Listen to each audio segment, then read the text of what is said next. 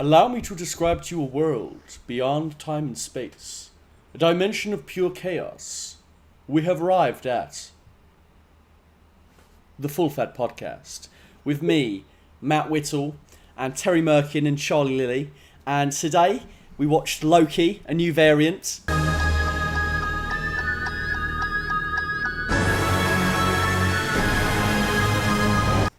What did we think?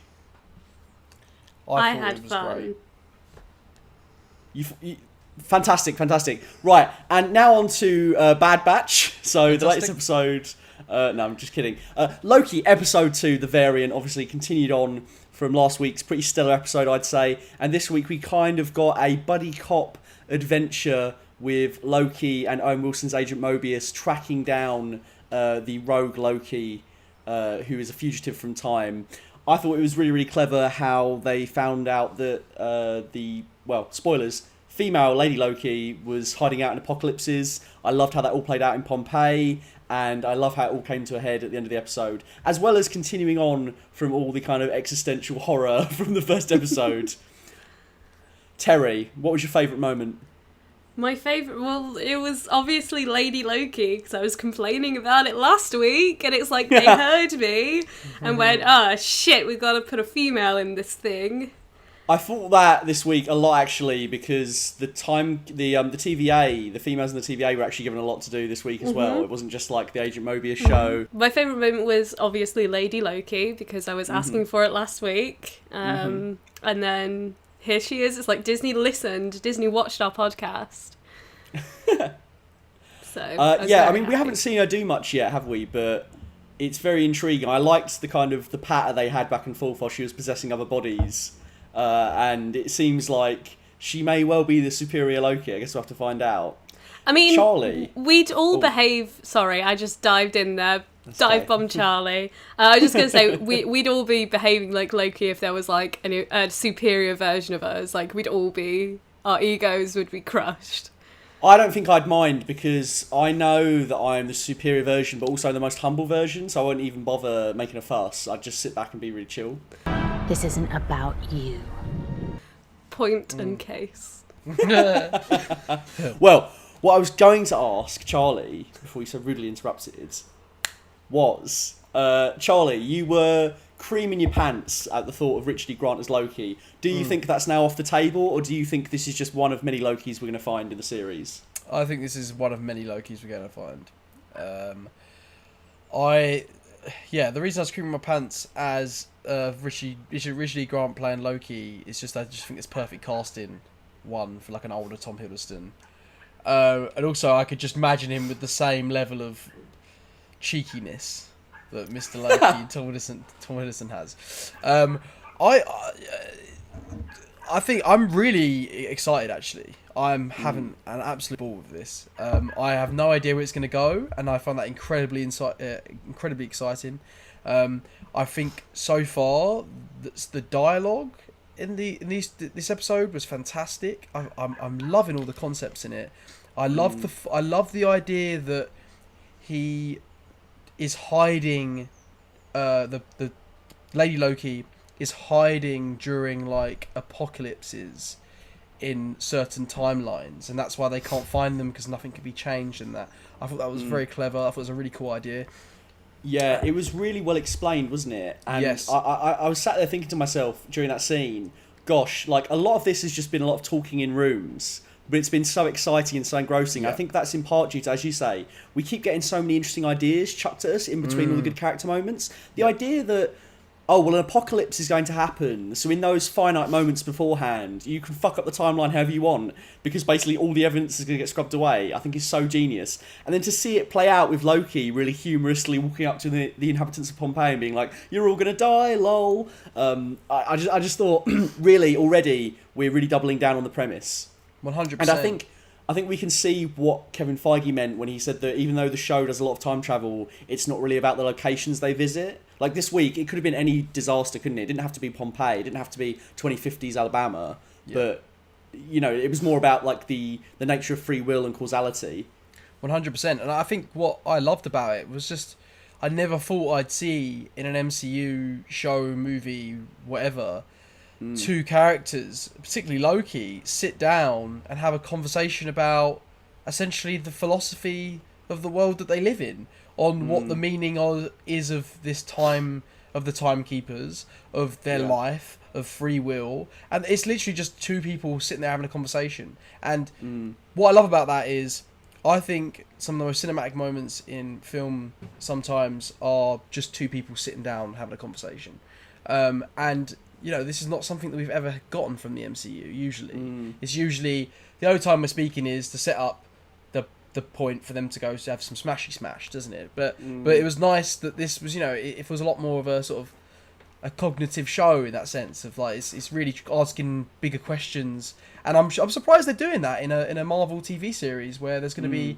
I'd be interested to know how it's going to play out with sort of younger generations, because, you know, it's a lot of, like you said, Matt, it's a lot of people talking, but I'm finding it absolutely. I'm on the edge of my seat. I actually I said to you halfway through watching it that it's one of those shows already where I get nervous straight away, because I'm like, how long we got left? I don't want it to end. Like, I get conscious of like the time, because I'm having such a good time with it. Everything so far, I just think it's been an absolute blast of it. Like all the concepts, like you said.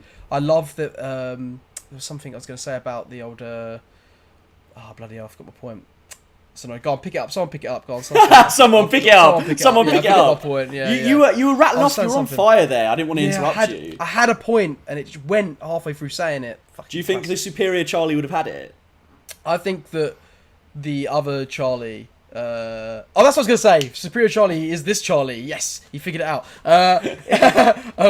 As I am dying, I'm loving seeing Tom Hiddleston / Loki constantly be in denial that he is the inferior Loki, and that he's got everything figured out. And I love that, you know, Mobius, Owen Wilson's character, is constantly like laughing at him because he's read all the files on him. He's heard him give him the same spiel to everyone a million times when he's like, I'm not gonna, you can trust me, I'm not gonna stab you in the back. He's like, you've literally stabbed 50 odd people in the back. Like, what are you talking about? And he like, challenges Loki in a way that is like not threatening, but also threatens his entire being and his entire philosophy. And he can't quite get his head round that this being would sort of accept everything that has been created as what is, and that he can't quite understand that the purpose he was given to at birth is the purpose he is happy to live with. Yes, no, exactly. And I just love that, you know, it's like the worst thing that Loki could possibly hear or see or do from any antagonist is not someone who's going to come at him in a fist fight. It's someone who's going to challenge his ego and challenge his very purpose in the universe. And Loki always wants to expose the lie to find truth. And here is a truth that he doesn't like. Yes, and exactly. There's no way he can find the flaw in it at this point. There's no way he can find any way around it. Although I do think the way that the head timekeeper sort of spoke about, or the head TVA lady spoke about the timekeepers to Owen Wilson's character, I wouldn't be surprised if they perished long ago and she's actually the villain. She's the one, you know, scheming away, controlling the entire TVA. Yes, I could believe that, especially because of the whole sort of bureaucracy aesthetic that it has going on. And the incompetency of the organisation. Yes, exactly. 100%. But then, Terry, do you think that would kind of be, from a narrative perspective, giving Loki exactly what he wants? Is that the easiest thing for him to hear? Oh, the TVA is bullshit, is full of lies. I don't like that idea. I like the idea that Loki is his own villain. He's his own worst enemy. And whether that be through him actually discovering these things for himself or fighting his other Loki forms. Like, do you think the TVA will remain allies? I do think the TVA will unravel. Especially as we've now got the timeline is just fucked now, essentially. So I do think they will completely unravel, but I don't think they're the villains, honestly. Interesting. I feel like we're going to get like different schemers. I don't. If Richard E. Grant turns out to be another Loki and we get more Lokis on top of that, I think they're all going to have their own motivations, which I think works in terms of if you think of Spider-Verse and this is Lokiverse. Of course, the Loki version of Spider-Verse would be they're all at each other's throats, stabbing each other in the back. I know when we were watching it, Charlie, you kept sort of likening it to Doctor Who, and I want to touch on that a little bit more in a minute. But I do think it's almost more like Master Who, and this is what we get if John Sim and Michelle Gomez and Sacha Dhawan were in a show together. Yes, there's a fantastic episode of Doctor Who where the two masters meet and end up basically almost literally stabbing each other in the back. And I feel like something very similar could play out with two Lokis on this show. It might not even be the Tom Hiddleston Loki. I could definitely see some machinations going on between this new female Loki and an extra Loki. That would be fun to see. Definitely. And I feel like it's like... Sorry, go on. Yeah, I what I like about that, Matt, is that it says to me that then Mobius, or Owen Wilson's character, is the Doctor.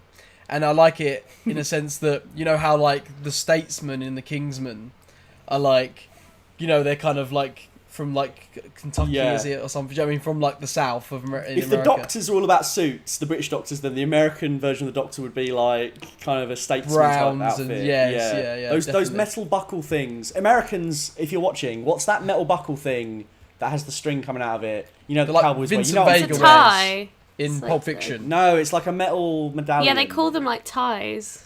Don't tell us. You're going to comment. What, the You're thing not American, you don't know. The thing that John Travolta wears in Pulp Fiction is called a tie.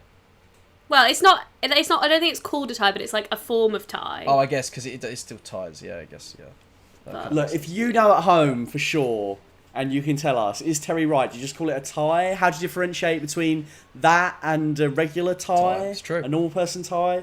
Let us know. Meanwhile, also let us know what you think of Terry's booby t-shirt. Where'd you get it from, Terry? It's striking. I don't know where I got it from. It's one of those things that has just been there forever, and I don't know how I got it. And you know what? It's hot today, like so herpes. this is...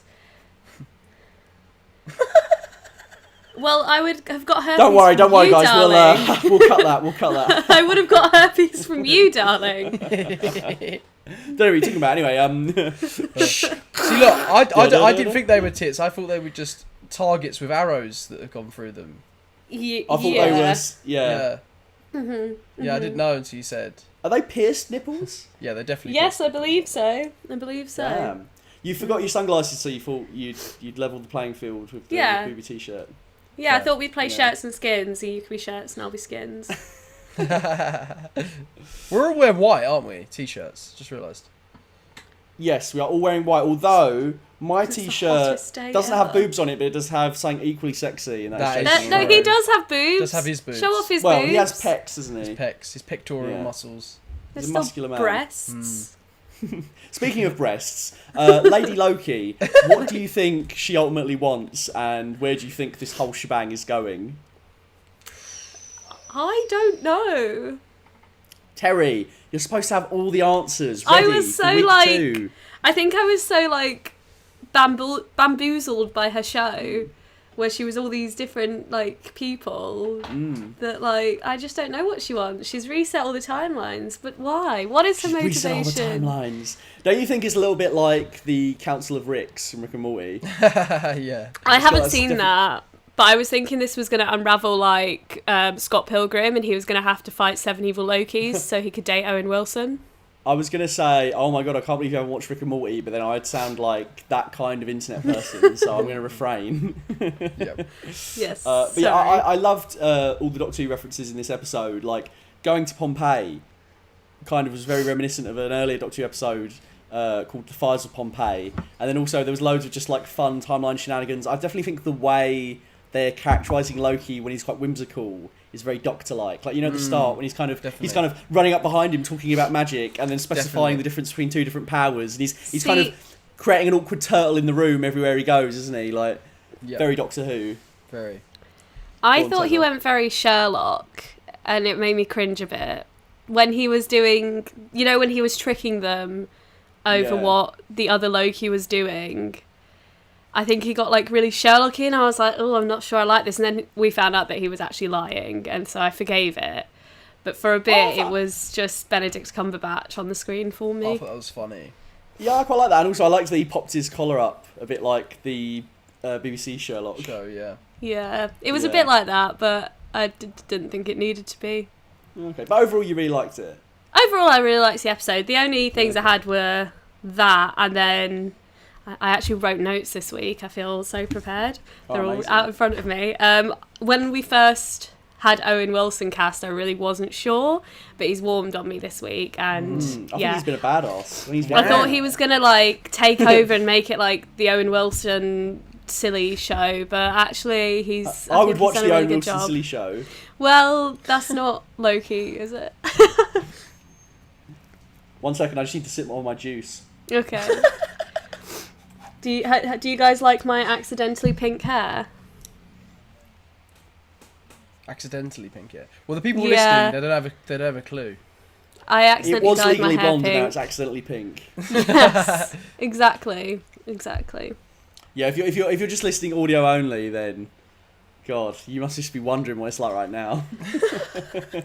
So sad. I mean, there's pink hair somewhere on my Instagram, so now's the time to plug that. Okay, at @full_fat_videos. Go there, check that out. We'll definitely be there. And while you're there, why not like some awesome photoshops? Great, thanks for taking over my plug. Fucking sell out. You've got it out for me this week. I've got it out for you this week. You have. You're really firing them back at me. I must admit, I think it's every week you two have got it out for each other. I just sit back and watch the fire. It's great. I don't know what you mean. I just know how to push Terry's buttons, you know? Like the ones on a t-shirt. I wish I hadn't worn this t-shirt. I knew that was coming. Never again will this t-shirt be worn on the Full Fat podcast. Oh, it's a great t-shirt. It's over. Shall I wear my Jason Momoa t-shirt again? No. Okay. But Charlie, do wear your Cliff Booth t-shirt. I mean, this is kind of a Cliff Booth t-shirt. Oh, is it not the Cliff Booth t-shirt? I thought it was. Yeah, it is. Yeah, no, I thought you was talking about my other Cliff Booth t-shirt. which I didn't realise till I said it how ridiculous that sounds. We're going like second level galaxy brain, aren't we? Jesus. I mean, it's actually so incredibly difficult to see through 2 layers of glasses, but I'm going to attempt to Neo it. So would you guys like to wrap up and on the Loki topic and let me know if there's any other points you want to discuss, anything else you thought was really fun about the episode? This isn't on Loki. Tell us about. But you just look like a mad steampunk scientist right now with like steampunk goggles. I'm going to have to strike that from the record. Yeah, because it's not about Loki. You look like you're going to be like, yes. yes. But I'm sorry, Terry. You will now pay for your insolence. This is now the second time you have not mentioned something you've liked about Loki, and I am now going to be sending the hounds on you. Charlie, whilst we listen to the sounds of Terry being slowly mauled and eaten to death, could you tell us what you liked about Loki, Episode 2, The Variant? What I liked about Loki... Really sell it, Terry. Bloody everything. I'm having a bloody great time. Honestly. Oh no.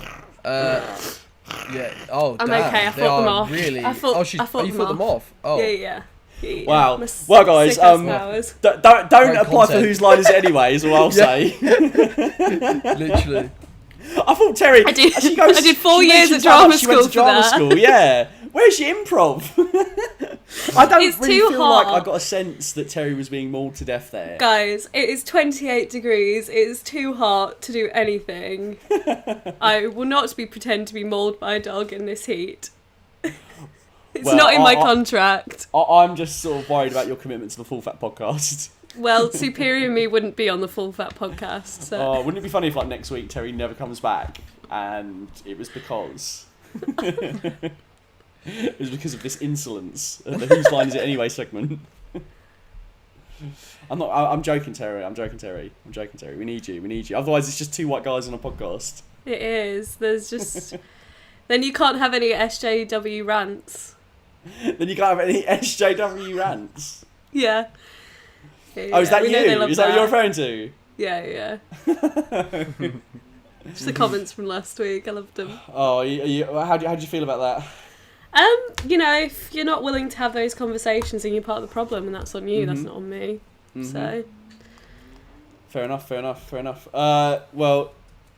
commenter from last week, whoever you are, if you want to hit back to Terry's response, let us know. Oh, Let's start a rap battle going on. That's what I want. Yeah, it's like a rap You send battle. your bars. Terry will write some more for next week. Yeah. Ready. Let's get this shit going. Go on, Gil. Go on, girl. Okay, so my actual favourite moment of Loki was when they gave him the jacket that said Variant on the back, and he thought he was swag, and then they made fun of him. Yeah, They really I still torn him think down. it's pretty swag. I think a lot of Comic-Con outfits this year are going to be that Loki variant. You're going to see it all up the strip on the XL. Yep, 100%. Variant jackets, as far as I can see. But yeah, if you guys feel like we've said everything got to sound Loki, then I would like to move into Clone Wars, baby. That's your cue to tell me if you're happy to move on or not. Oh, I did a visual cue that was. Yeah, that awesome. doesn't really work for an audio-only podcast. Well, you could have said, "Oh, Terry gave us the go-ahead." You know, you gotta help me out here. Okay, I'll do it again. Well, if you guys don't want to talk any more about Loki, I can talk about Bad Batch. Oh, I am now being signalled from Terry. She's doing like a wavy motion with her arm, which means that, yes, we can indeed now move on to Clone Wars Hostage Crisis.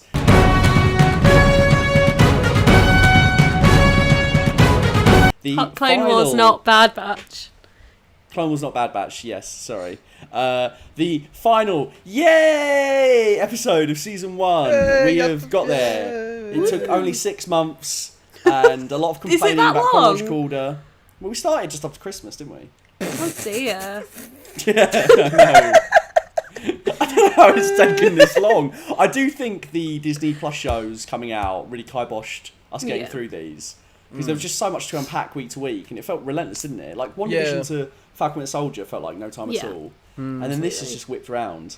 And also, you've been loving it. So, like, you really wanted to hold off on watching them because you've been loving it so much, haven't you, Matt? Yeah, that is true. I have been loving reviewing it so much, and yeah, it's just been a blast from start to finish. No, I have enjoyed very much doing it. I guess we're kind of in two minds about whether to do more Clone Wars reviews, aren't we, from here on out?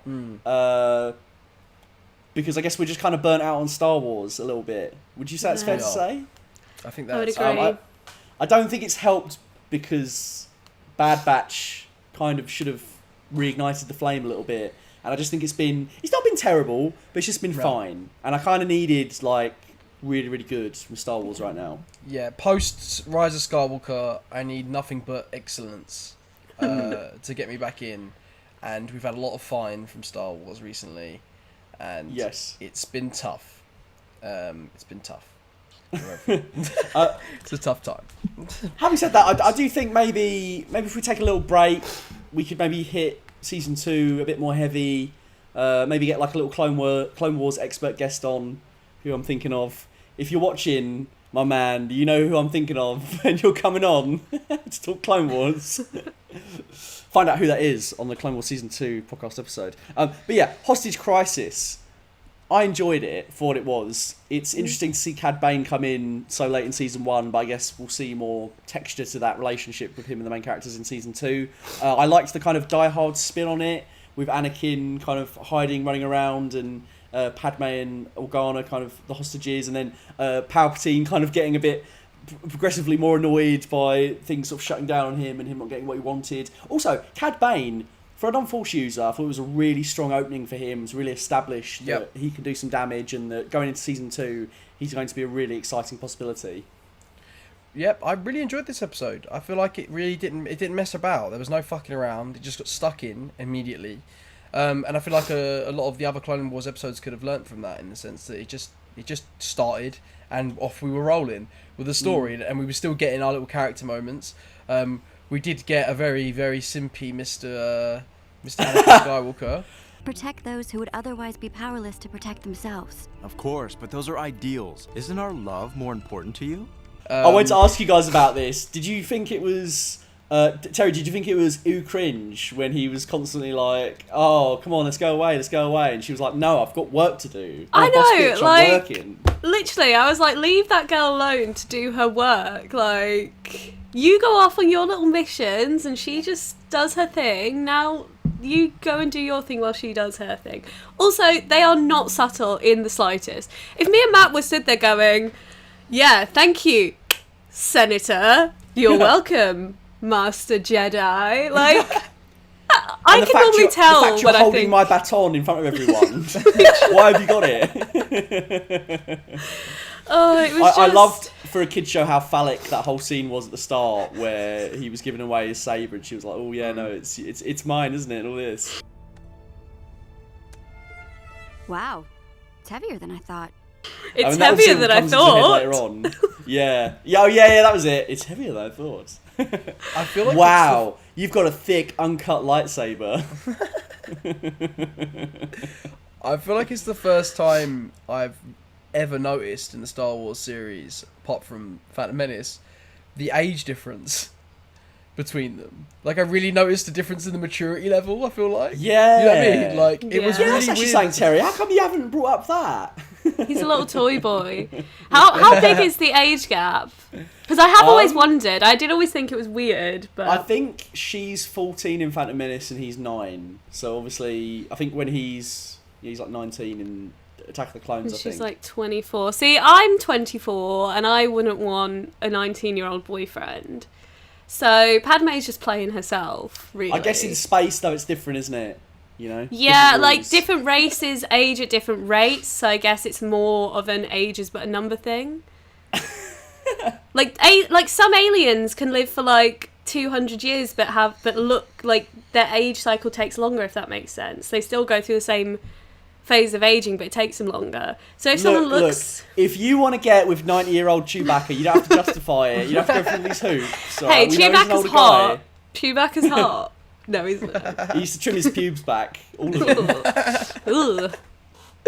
Charlie Yeah. and Matt have a joke that their girlfriends are Wookiees, and they say it to us all the time. Look, it's just like sometimes when we're all sat there and you're getting grumpy because I haven't fed you, or you're like threatening to beat me up, or you're just growling. I'm like, Growling. you're a Wookiee, you know, and then it's exacerbated by the fact that I look at me and Charlie sat there, you know, in our sweet capes, looking cool, and I'm just like, well, obviously we're the smugglers, so it's just a perfect fit. Emphasis on People the at smug. home, I know you see me and Charlie as Han Solo and Lando Calrissian, so if you want to confirm that in the comments, let us know. Show Terry that we are, you know, uber cool. I also think it's because, like Wookiees, when they pat the humans on the head, it's kind of like, oh, look how silly they are. I feel like that's also what they kind of do with us. Yeah. Like, Yeah. as much as I like to make fun of Terry, I'd be a wobbling, hobbling mess without her. And I would definitely need her to pull some stormtroopers' arms out of sockets when I need.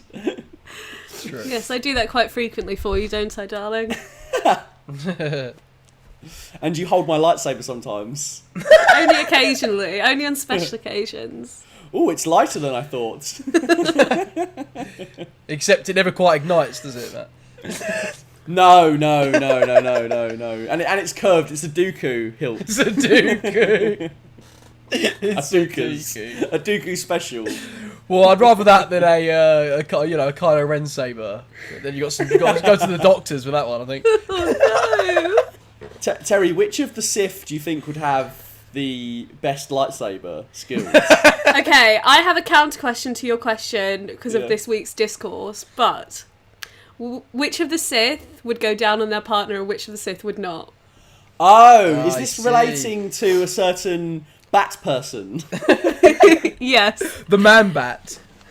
The man, And the myth, woman cat. the non-pussy eater himself, Batman. Yeah, apparently according to DC, Batman doesn't eat pussy, and none of their heroes do anything sexual of any kind, but their villains will, which is weird considering in both Wonder Woman movies, her and Chris Pine get their kits off, but whatever. What do I know? It's because Not like I sex saw those is movies. bad and evil, kids. Yes, Yeah, yes, puritanical Batman. It's very weird. Christian that- Batman. It's very weird that you can show like an abusive relationship with the Joker and Harley Quinn, and you can have the men sort of, get fellatioed. But I think in this instance, it's specifically because it's like oral on a woman, and like generally in terms of like movie ratings, like NC-17 ratings, it's usually much higher, much more likely to get a higher rating if it's all on a woman than on a man, on average. But I just think it's hilarious. Think that's crazy. I think that's crazy. I also think it's hilarious that DC would try and come up with this bullshit reason that, like, it's because our heroes don't get laid, even though Wonder Woman's, again, gotten laid loads of times. And also, as one of the comic writers pointed out on Twitter, Batman basically has handles on his head, so of course he is used. But women are there to be fetishized, whereas men are not.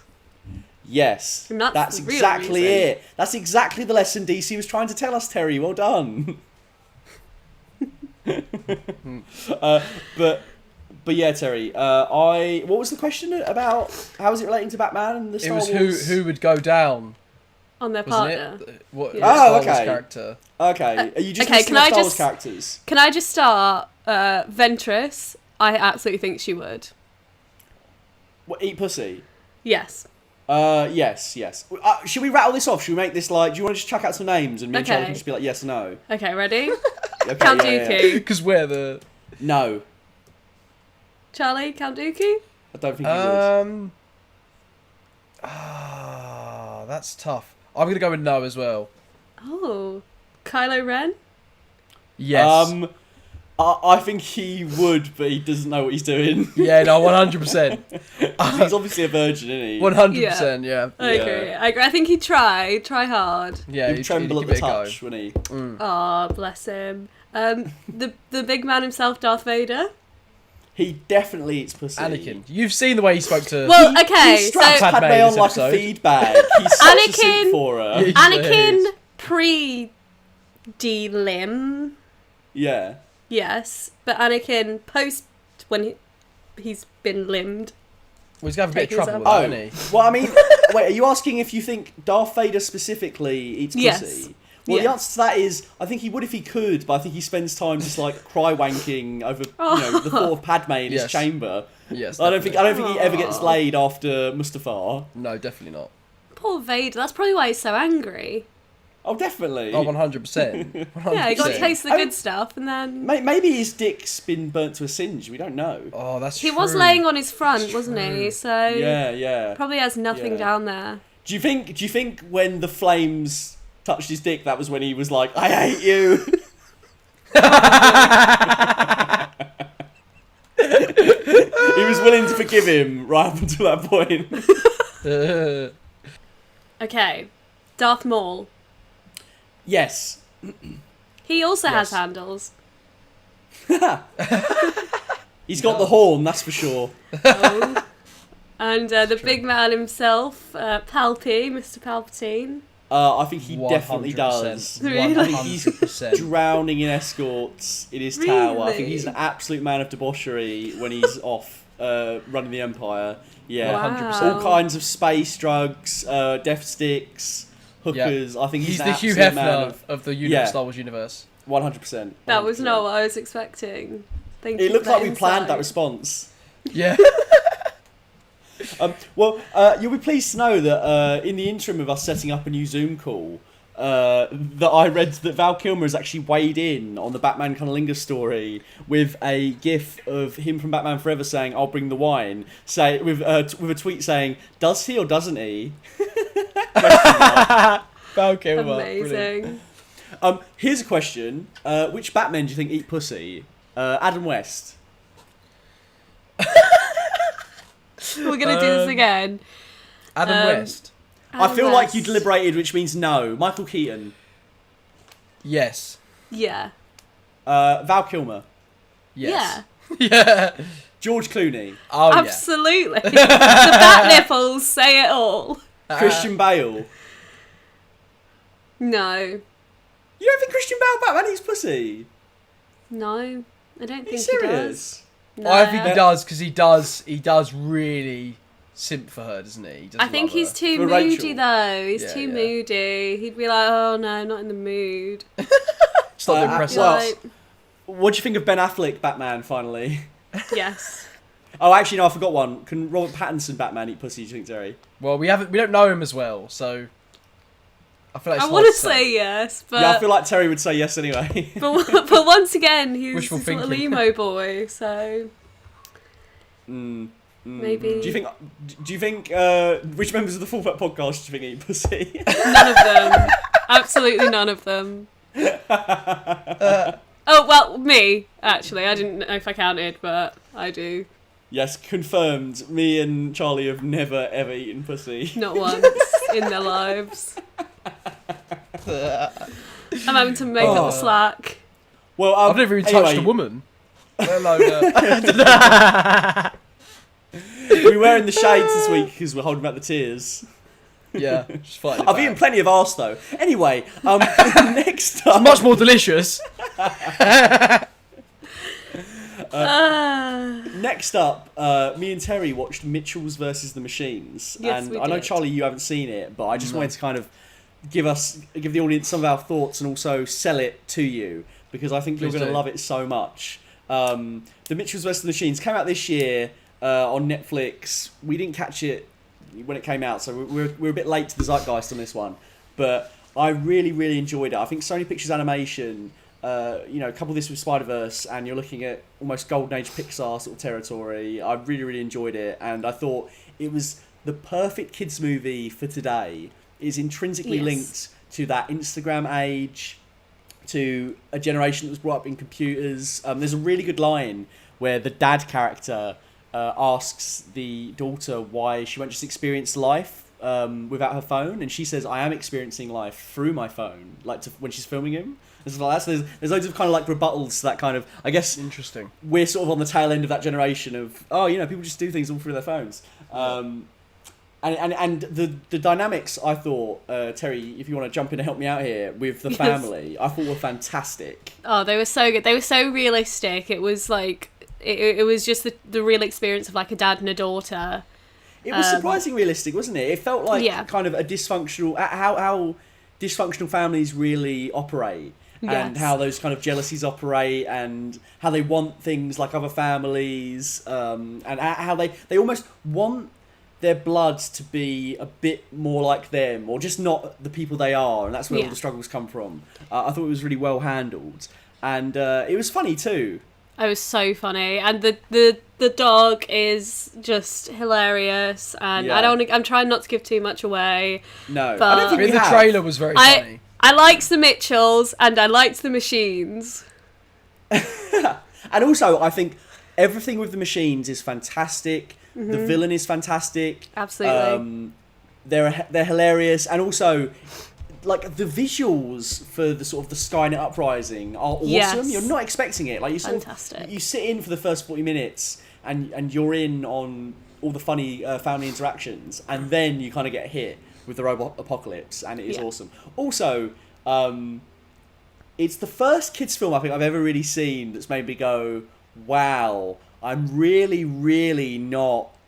This really, really wasn't meant for me or my era. Like, Yes. the way they play a Rihanna song from like 2008, 2009 as like this nostalgic piece works really, really well. But also I was like, wow, I'm old. Yeah, you also know you're old when you're like, oh yeah, the parent is me, rather than, yeah, I'm the kid. Yeah, Like, we're when you closer were- in age to the parents than the teenagers. Yeah, Well, it's, I don't know about closer in age literally, but like, do you know what I mean? In terms of that generational gap. yes, it's getting to me. It's really upsetting me. And also, the dad is hot. Just to put out there, there's been a debate about whether or not dad is hot. The dad is hot. Reboot. Rick Mitchell is hot. Just to put it out there. And I asked Terry immediately when we were watching it, and she just went, "Yes, he is." Wow. That's a But, definitive answer. And just to, follow on from my SJW rant last week, I'd just like to say, like, the representation within this was fantastic. We had, so we saw an emotional young boy, which was, like, great to see. It's something we don't see a lot. We saw a teenager who was presented as LGBT, which was really exciting. And the mum character was utilised fantastically. I was going to ask you about this. Oh, it's a bit spoilery. It is It's a bit spoilery. spoilery, You know what? but You know I what? loved it. I'm going to ask you after the podcast. Hopefully, or I'll hold it. Hopefully, Charlie can watch it. Well, my between aim now is to and watch next it in the week. weekend, so Okay. Lovely. We'll Okay. see. Remind me next time after you said you've seen it, Char. Yeah. I need to talk about the mum and the mum's arc with Terry. I want to see what she thinks about it specifically. Okay. Nobody is something me and Charlie saw at the cinema yesterday. Who the fuck are you? Me? I'm nobody. How Charlie, was it? Do you think you could sum up in 500 words or less, which I won't count, why Terry should see Nobody, starring Bob Odenkirk? I think you should see Nobody because I think it's a very interesting insight into masculinity.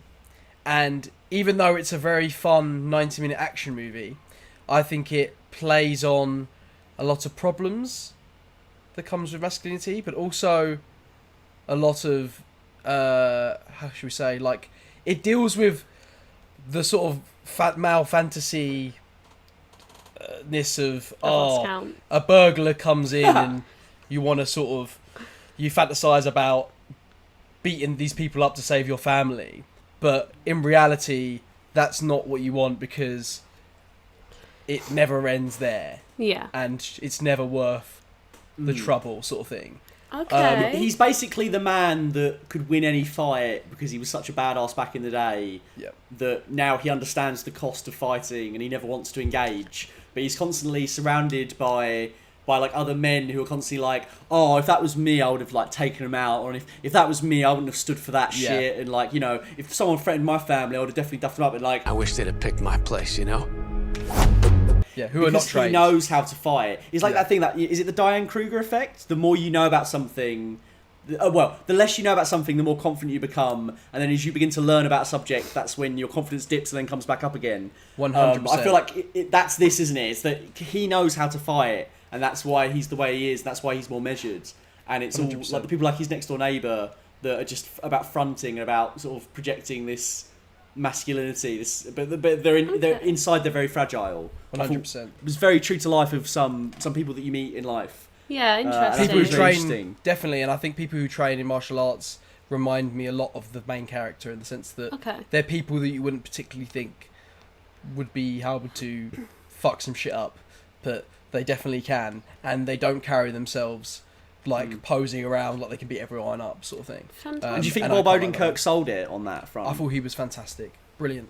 Okay. In a way that I always say to Matt that Coulson Clark Gregg is a black belt in Brazilian Jiu-Jitsu, and he's the type of person that you wouldn't think much of him, would you? But it's funny to think that he could probably beat up most of the Avengers in terms of, but it's got that kind of I think that's why he's perfectly cast in that sense. He looks like your everyman.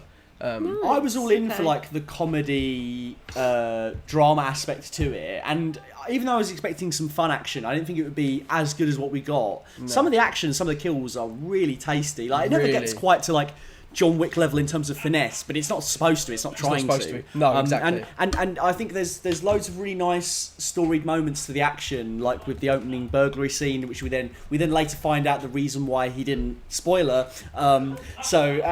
There's loads of like nice little details in the action. Yeah, no, I totally agree with you with the action. I was actually really shocked because it looks aesthetically kind of a bit like the John Wick stuff, and we were kind of speculating, Matt, weren't we, if it was in the same universe. But I still think it's something that possibly could be, but I do think that it's its own thing, and it doesn't need to at the same point. Like I think it totally, I don't know, it really it's super fun. Like all the action's fun, it doesn't take itself too seriously. As our boy Mr. John Woo would say, it doesn't. Logic is boring. Logic is boring. So, and I think this movie kind of takes that in its pride, with the exception of like one fight scene, which I would argue is quite realistic in terms of the way they try to approach. Which fight is that? The main fight scene on the bus. Okay, interesting. Yes, I think that kind of stems from. I know that Chaz Stahelski, who's and I think a lot of the A711 guys, stunt team worked on this movie, are very much looking in the future towards creating fight scenes that are more realistic. I know that's what he said in an interview before with Scott Adkins, that's what he wanted to do, and I feel like I could see the startings of that in that particular scene in Nobody. Interesting. But yeah, no, I really like it. I think it's really cool that he gets whacked quite a lot, and not in a John Wick way. Like he gets beaten up I mean, would you agree, Matt? Like, he kind of takes a few licks, doesn't he? It's a few whacks. Yeah, particularly that bus scene. You'd That's the expect. first time you ever see him really let loose. It's not like, you know, do. He's not even looking. It's like No. he gets knocked down, he gets thrown around. There's moments where you're like, oh, he needs to get back up or he's going to be in serious trouble. Yeah. And I really liked that about it. Yeah, it was entertaining. It breezed by. It had something to say about masculinity. It did. From the perspective of a man as well. And I just thought it was interesting, and it was sort of a bit of a different action movie for, you know, what has been so far a bit of a dry cinematic reopening. Definitely. I agree. But this is the... If you want to see something in the cinema this week and you need that action bone scratched, then Nobody would definitely be my pick. 100%. That was definitely more than 500 words, but I think you've sold it.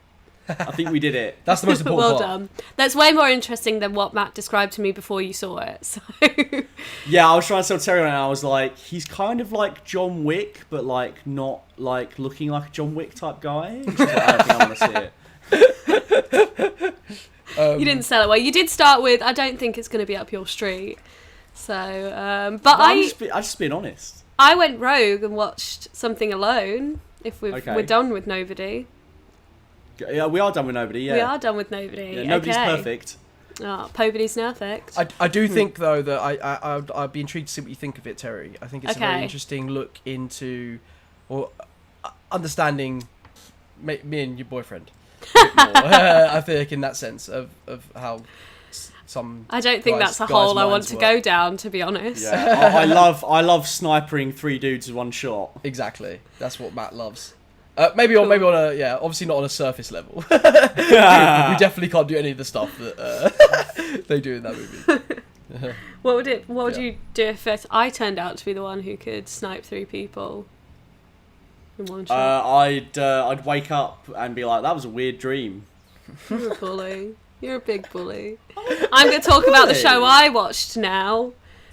It's my go on. turn. Go, I please. watched The Dragon Prince on Netflix. I'm halfway through season 2 at the minute, so I've seen all of season 1. I'll try to keep it without spoilers. I'm sorry, I've just been told we're going to have to cut for time. That's all we're going to have time for today on the Full Fat Podcast, but you can catch us anytime. Oh, sorry, hang on, I've just got a new word in my ear that I can go fuck myself. Continue, Terry. Was I that boring that you just had to... No, it's just because you teased me and put me up to it. I couldn't resist. Aw, a your little ego gag. was bruised. It was. You're the superior Loki. I know. Sorry, baby. Now, let mummy talk. Gaga ooh ah. Anyway, so the Dragon I Prince. think Matt got a bit excited over that. Wait, why is his camera rising up? I'm never going to get the synopsis of the show out.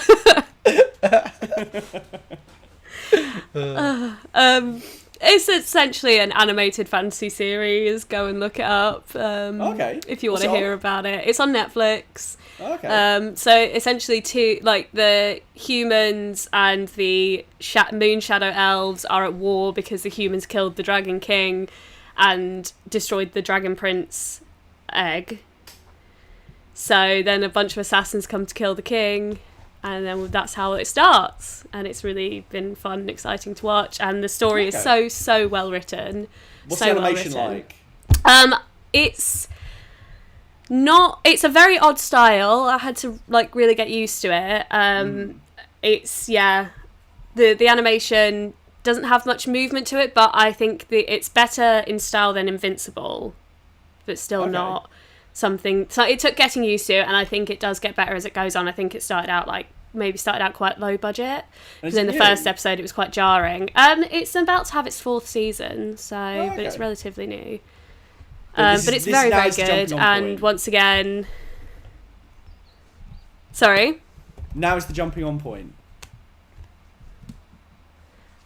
You are breaking up, so I can just hear jumping on point. Oh, okay. Well, don't worry then. If you want to just continue and wrap it up and say what you liked about it, because if I'm breaking up, let's just leave it. Yeah.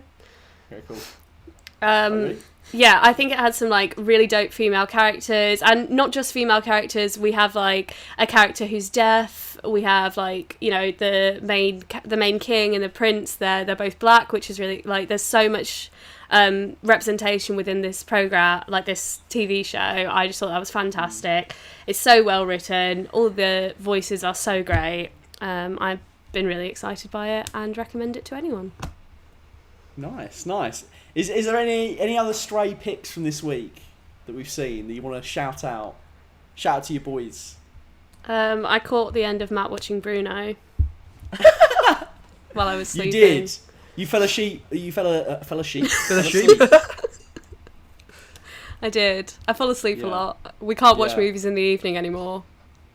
The first time I watched Bruno was with my nan. It's a true story. After Christmas dinner, story. My mum put Bruno on. I must have been, I can't remember how old I was. I wasn't old. And my mum thought it would just be this delightful, quirky comedy, not knowing it was, you know, pretty explicit of a film.